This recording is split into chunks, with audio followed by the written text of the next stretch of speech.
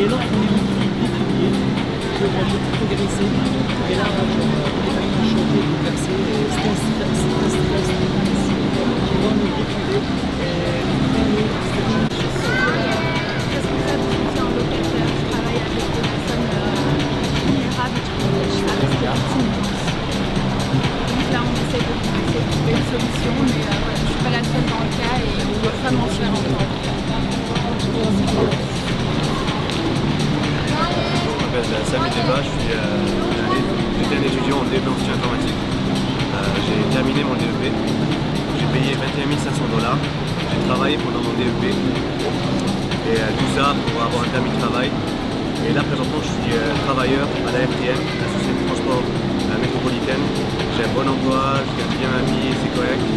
Et soudainement on décide de nous renvoyer. C'est pour moi une décision inacceptable. J'ai abandonné toute ma vie derrière moi pour venir ici m'installer comme beaucoup d'autres personnes ici. Certaines personnes sont venues avec leur famille, leurs enfants, etc. pour avoir une meilleure vie ici. Et d'un coup on nous dit qu'on doit finir et repartir dans notre pays une fois nos études terminées ou une fois notre permis de travail expiré. Certaines personnes ne peuvent même pas avoir un permis de travail, certaines personnes ne sont même plus éligibles à rester ici après leurs études. Donc c'est ça, on aimerait bien que cette loi soit appliquée pour les personnes qui ont l'impression de venir au Québec. Et non pour les personnes qui sont déjà ici, parce que ça nous touche énormément. On a une vie derrière nous, une famille, des gens qui nous soutiennent. On a prêté de l'argent, il y a des personnes qui ont travaillé tous les soirs pour payer leurs études. Il y a des personnes qui n'avaient même plus la force de rester debout pendant leurs études. On aimerait bien que cette loi change et impacte plus les personnes qui vont venir au Québec que nous, parce que je pense qu'on mérite bien notre place ici et on a fait les efforts pour. Merci. Moi, je suis électricien, je travaille au ouest de l'île, mais cette situation n'est pas légale pour les étudiants qui ont abandonné tous qui sont en Chine et viennent ici. C'est pas facile. La situation est quand ils veulent abandonner tous qu'ils veulent gagner en Chine, qui viennent ici, c'est pas facile parce qu'il n'y a pas de respect dans certains domaines en Chine pour ingénieurs, mais ici on aime beaucoup les cultures ici, on aime beaucoup les respects sur les ingénieurs, pour les professionnels, mais ici on doit on peut gagner notre diplôme local, mais après on le gagne après il veut des expériences locales, l'expérience à l'extérieur n'est pas reconnue.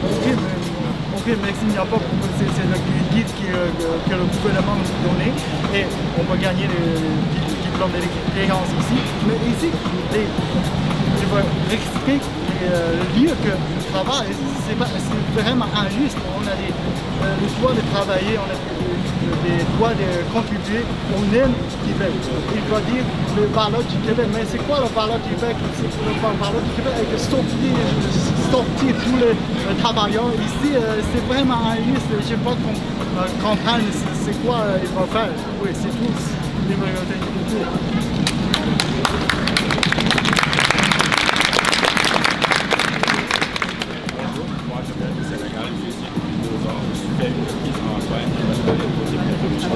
Vraiment, comme la plupart de ceux qui sont ici, on a laissé un avenir derrière nous.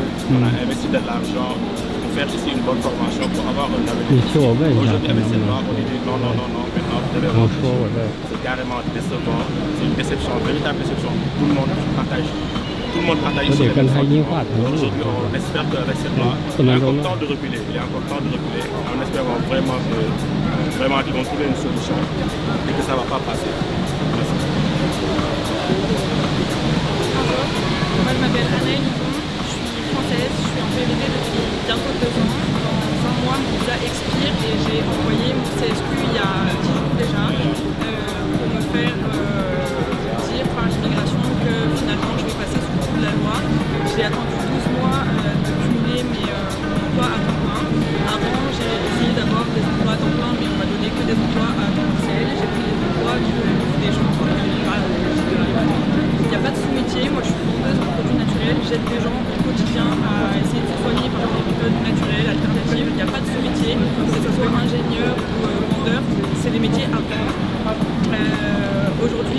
faire parce que dans un mois, je vais peut-être devoir repartir en France alors que j'avais pas du tout prévu ça.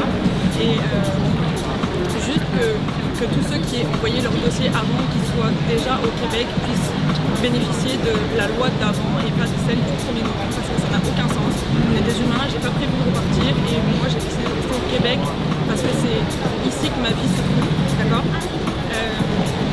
J'ai pas d'autre choix, je peux pas retourner en France, je suis bien ici, je parle français, j'ai des diplômes en France, je suis surqualifiée pour certains métiers ici, mais on veut pas de nous au final, je suis perdue, je sais pas quoi faire. Ça fait combien de temps que tu es au Québec? Ça fait 2 ans bientôt. Et dès le premier jour, vous avez trouvé un travail? J'ai trouvé un travail très rapidement au bout de 2 semaines, tout s'est bien déroulé, mais c'était du temps partiel au début. Ouais, et c'est quoi votre statut maintenant? C'est un PVT? Là pour l'instant je suis encore en PVT, j'ai un employeur qui veut me garder, qui veut me faire un visa de travail fermé, mais sans ce CSQ, il y a plus, je peux pas le faire, parce que j'ai pas assez. En quoi la décision aujourd'hui du PEC vous nuit à l'employeur qui vous engage? Elle me nuit parce que déjà moi je fais 1h30 de déplacement tous les jours pour aller au travail, c'est un travail que j'adore, ça fait comme 3 mois que j'y suis, mais j'aide des gens au quotidien. Là ce qui va se passer c'est que dans un mois je vais repartir en France s'il y a cette décision passée réellement.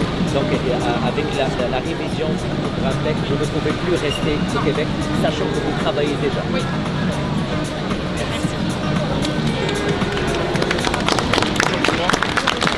Chiad, algérien, je suis étranger, je suis à Montréal depuis 2 ans. Tout d'abord, je vais remercier M. député qui s'est déplacé pour nous, dans le sens où lui, on va regarder la société, cette communauté tabou, cette communauté qui vit dans l'ombre, exactement. Le problème qui se pose actuellement, c'est que nous sommes adaptés à la société québécoise. Nous avons travaillé pendant 2 ans, nous avons étudié, nous avons mis plusieurs chapeaux en même temps, en fait, pour arriver à soutenir notre situation, mais aussi à s'adapter. Et là maintenant, aujourd'hui qu'on est arrivé en fait à réaliser tout ça, on me dit de partir quelque part. Et ce qui nous déçoit le plus, ce qui me déçoit personnellement le plus, c'est ce sentiment de rejet, ce sentiment de honte qu'on depuis 2 mois, malgré que j'ai fait des efforts pour m'y intégrer. Et ça, aujourd'hui, nous avons décidé de dire non. Non à ce rejet. Nous ne sommes pas québécois, mais nous allons l'être. Nous partageons les valeurs québécoises, bien que nous ne soyons pas québécois. Merci à vous.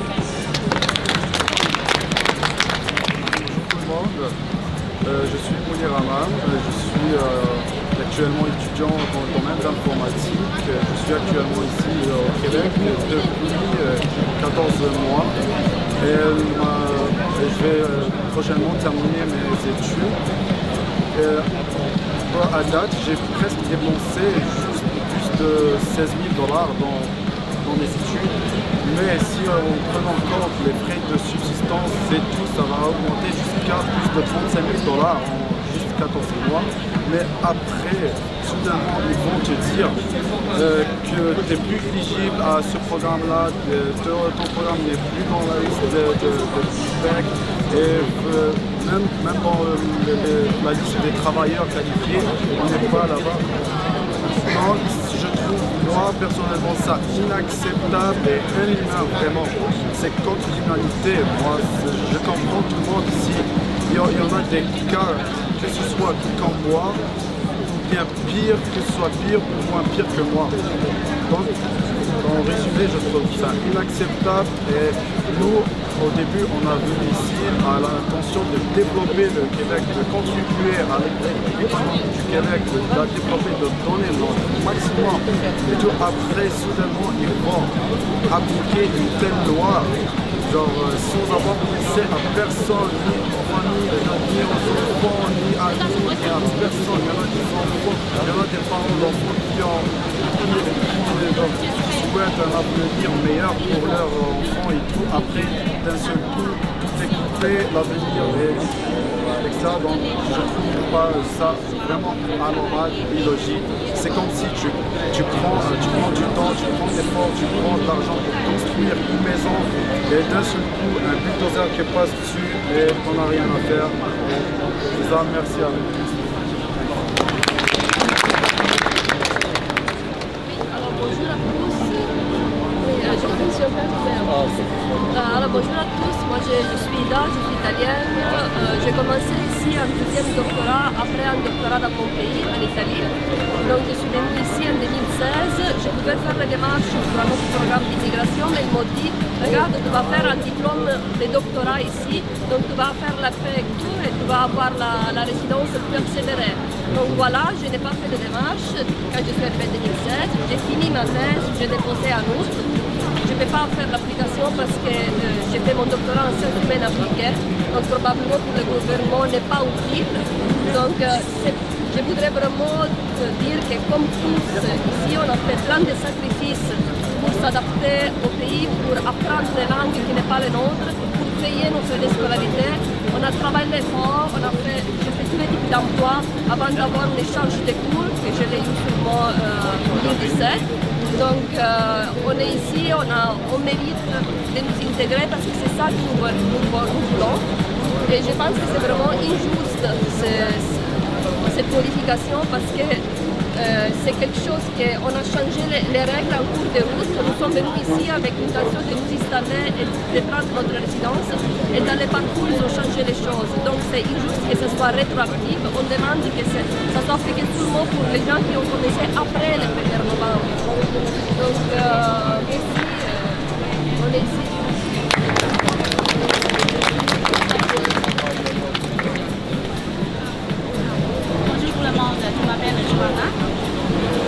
Bonjour tout le monde, je m'appelle Joanna. Alors, je suis arrivée à Montréal en 2015 et puis j'ai étudié à Montréal pendant 2 années. Et après avoir obtenu mon domaine, heureusement, je trouvais un travail jusqu'à maintenant. Alors, je travaillais pendant 2 années. Donc, et puis, l'année dernière, ma fille est arrivée à Montréal aussi. Heureusement, et puis maintenant, je l'ai acceptée par le collège de Montréal. Mais à cause de la noire, donc, et puis, on va être quitté à Montréal l'année dernière. C'est très triste pour nous. Donc, alors, j'espère qu'il faut continuer la loi pour les gens qui sont déjà travaillés et étudiés à Montréal. C'est très important. Merci. Bonjour, je m'appelle Kamel Lalem, je suis étudiant à l'école des métiers du Sud-Ouest. Comme chacun d'entre nous, on a choisi le Québec pour la diversité culturelle, pour la francophonie, pour s'installer pour un projet à long terme. Je trouve juste que la loi de nous chasser du territoire, c'est inhumain. Ça sera tout.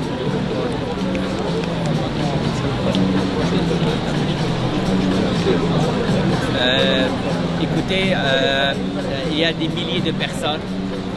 Moi, j'interpelle le Premier ministre et j'interpelle aussi le ministre de l'Immigration parce que l'enjeu est majeur.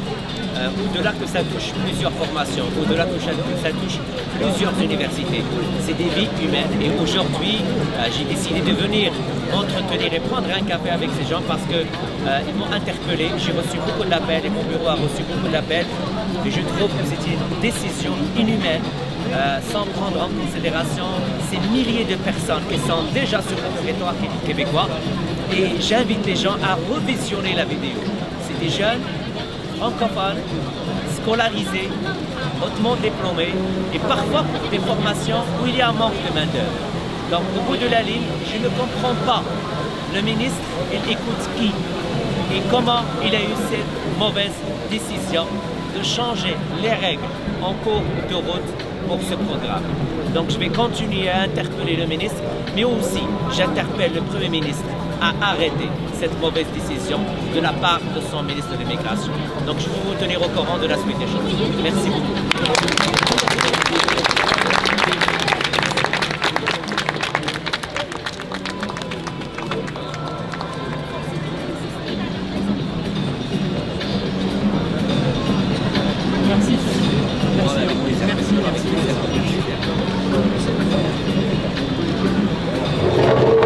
Je vais juste prendre une seconde, très rapidement. Premièrement, merci aux deux groupes Je pense qu'il y a 2 personnes. Ouais, bon, je vais juste remercier. Sérieusement, c'est grâce à ces 3 personnes. Je sais qu'il y en a beaucoup, mais c'est eux, hein. C'est eux. Et avant de venir, j'étais dans une conférence, on parle d'impact, les voies d'impact. Ben, vous êtes dans un pays démocratique. Moi, je ne veux pas que vous quittez ou vous voyez ce qui se passe, que oui, c'est illogique, oui, c'est inhumain, mais vous savez, nous sommes dans un pays de droit. Et on va tout faire. Pour essayer de régler la situation, mais aussi sensibiliser l'opinion publique, mais aussi les parlementaires de votre situation. Parce que au-delà de la décision politique, il y a des gens, il y a des êtres humains. Et quand j'ai vu leur annonce, je me suis dit, je vais venir prendre un café avec vous. Et pour être avec vous et être en soutien à vous. Donc, continuez votre mobilisation. Moi, j'en suis sûr et certain que les universités, les écoles un peu partout au Québec vont réagir à cette très mauvaise décision. Continuez à collaborer. Il y a des groupes, il y avait 2 groupes, maintenant c'est un seul groupe parce que ça concerne tous les étudiants étrangers. Il y a une liste, donc je vous invite à contacter les organisateurs et laisser vos coordonnées. Et on va continuer à sensibiliser l'opinion publique par rapport à cette très mauvaise décision du gouvernement et du ministre de l'Immigration. Vous pouvez toujours compter sur nous et compter sur le groupe et rester mobilisés. Et aujourd'hui, à partir d'aujourd'hui, Twitter. Il faut que tout le monde sur Twitter parle. Créez-vous un Twitter si vous n'en avez pas. Vous créez une adresse Twitter et vous tweetez votre problématique. Comme ça, tout le monde va être au courant. Il y aura de tweets, on va se faire entendre. Et je continue à partager vos histoires. Moi, je vous le dis, écoute, nous, ça fait depuis le mois d'août que je parle de cette situation. Mais là, maintenant, il faut qu'on parle d'être humain. Il faut qu'on parle de vous, qu'on parle de votre formation. Pourquoi vous avez choisi le Québec? La plupart, elles parlent français. C'est ce qu'on veut. Le Québec veut des jeunes scolarisés et veut des jeunes francophones. Donc, vous avez tout. Donc, s'il y a quelque chose, c'est ça qu'on veut transmettre. C'est ce message. Donc, parlez de vous, parlez de vos histoires et parlez de pourquoi vous avez choisi le Québec comme terre d'accueil. Et on va continuer le combat et espérons que le ministre va retourner. On va y arriver. C'est bon? Merci.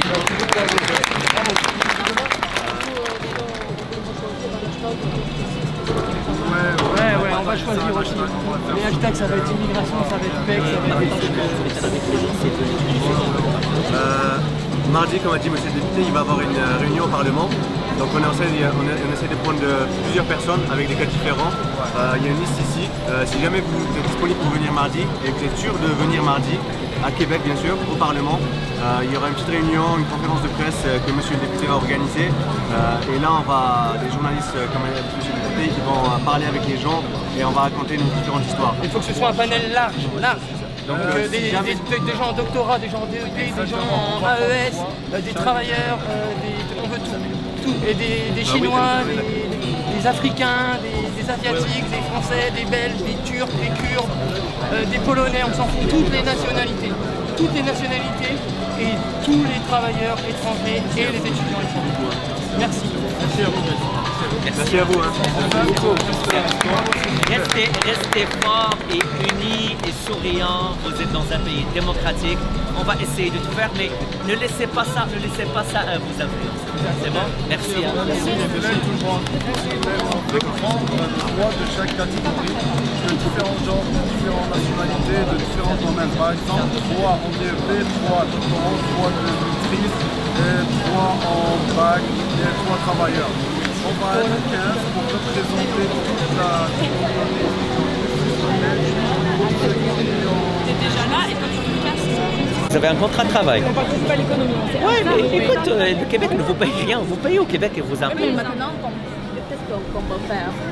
Là, il y a des choses que je ne peux pas vous partager parce que c'est quand même confidentiel ce qu'on va faire lundi. Mais il va y avoir beaucoup de choses qu'on va faire. Mais maintenant, c'est de la loi. On ne peut pas changer la loi. S'il y a une pression, on peut tout changer. Oui. Ouais. Mais c'est ce qu'on va demander, surtout sur le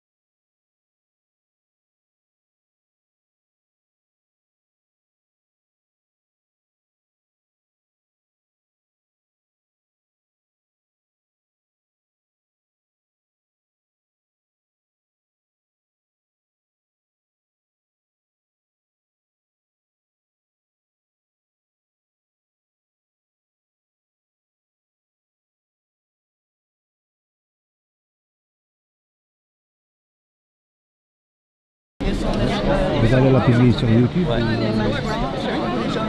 Est-ce que vous allez la publier sur YouTube? Oui, c'est vrai. Oh, oui, je comprends. Mais laissez vos coordonnées au monsieur parce que si vous pouvez venir mardi, ça va être aussi... Je voudrais vous remercier moi dans mon cas, j'avais déjà fini un doctorat dans mon pays, je suis venue ici, ils m'ont dit non, ne faites pas la démarche normale comme skilled work, de toute façon tu vas faire un deuxième doctorat ici, donc tu vas avoir un diplôme fort ici pour demander la résidence. J'ai fini ma thèse en août, là je me trouve complètement dedans, je ne peux pas appliquer, je ne peux pas faire ma demande, j'ai totalement injuste parce que je chargé des cours, je travaille à l'université et tout, mais ça ne sert à rien apparemment. Ça sert à rien. Je comprends, mais laissez vos coordonnées au groupe, on va essayer de faire quelque chose avec. Donc je vous promets une chose, c'est que j'ai déjà parlé de ça depuis le mois d'août, mais là ça va être encore beaucoup plus, d'une manière beaucoup plus virulente. Est-ce que tous les gens arrivent de travailler s'il n'y a pas de solution? Oui. Il y a beaucoup de couples aussi. Oui, c'est des vies humaines, c'est des couples, c'est des familles. Ouais. Surtout nous, on apprend à penser ici, pour tous les finances, ça va passer. Ouais. Oui. Non, je mais comprends. maintenant, moi, il est déjà fini 8 heures. La plupart, mais maintenant, on ne peut pas faire.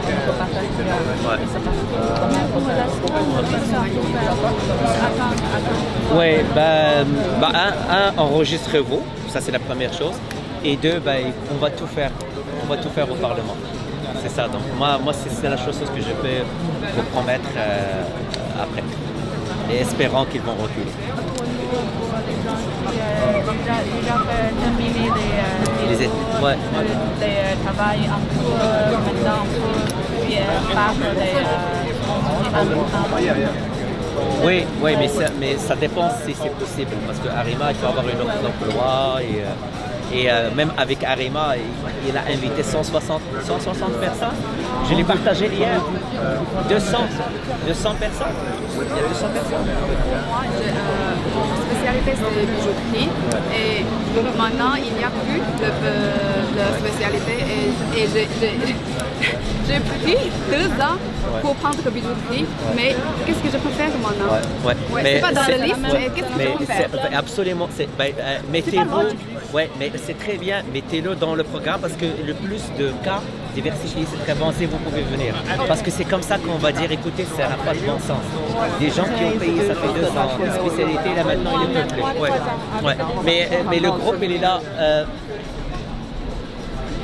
C'est un autre cas où c'est très aberrant, donc avec les formations en bijouterie. Donc, c'est s'il y a le plus 1. Oui, 7. La page.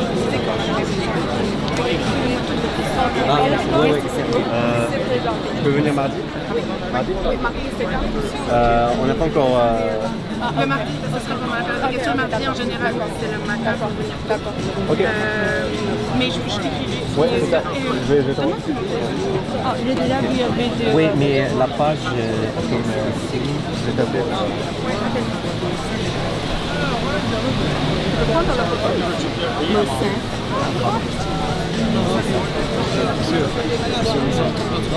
C'est là où il y a la page. Là, la vidéo, elle est là.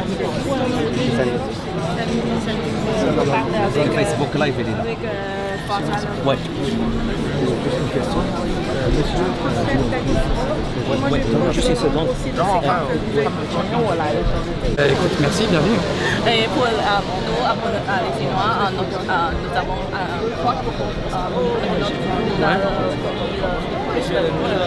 c'est bien. Il faut qu'ils nous rejoignent. Mais maintenant, comment on va faire pour... Tu n'as pas la page? Le lien de la page, tu l'as? Et à lundi, on va une manifestation. Non, on ne va pas manifester, c'est pas ce qu'il faut faire. Lundi, il va y avoir les universités, elles vont parler. Les gens des universités, les recteurs, ils vont sortir et ils vont donner leur avis là-dessus. Nous, on va se concentrer uniquement sur tweeter, communiquer sur ça, sur le PEQ. Et c'est mardi qu'on va commencer à s'exprimer. Mardi, on va s'exprimer à l'Assemblée. On va à l'Assemblée nationale avec 15 personnes qui sont représentatives de qui on est au Québec, que ce soit des Chinois qui sont en doctorat, des Africains qui sont en DEP, des Belges qui sont en AES, n'importe quoi. Il faut que ce soit représentatif, autant en nationalité qu'en programme d'études, travailleurs comme étudiants. Et mardi, 15 personnes qui se sont déjà plus ou moins inscrites vont aller parler à l'Assemblée nationale.